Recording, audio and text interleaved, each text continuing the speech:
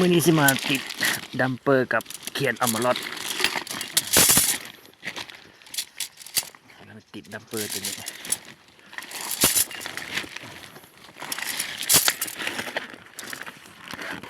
ห้องดัมเปอร์ติดตัวนี้มื้อนี้ติดตัวนี้เบิ่งระยะห่างของสายตัวนี้จะติดใจ3ชุดเพราะว่าระยะห่างมันไกลก็เลยได้ใส่3จากตัวนี้มานี่แมตหนึ่งแล้วจากนี้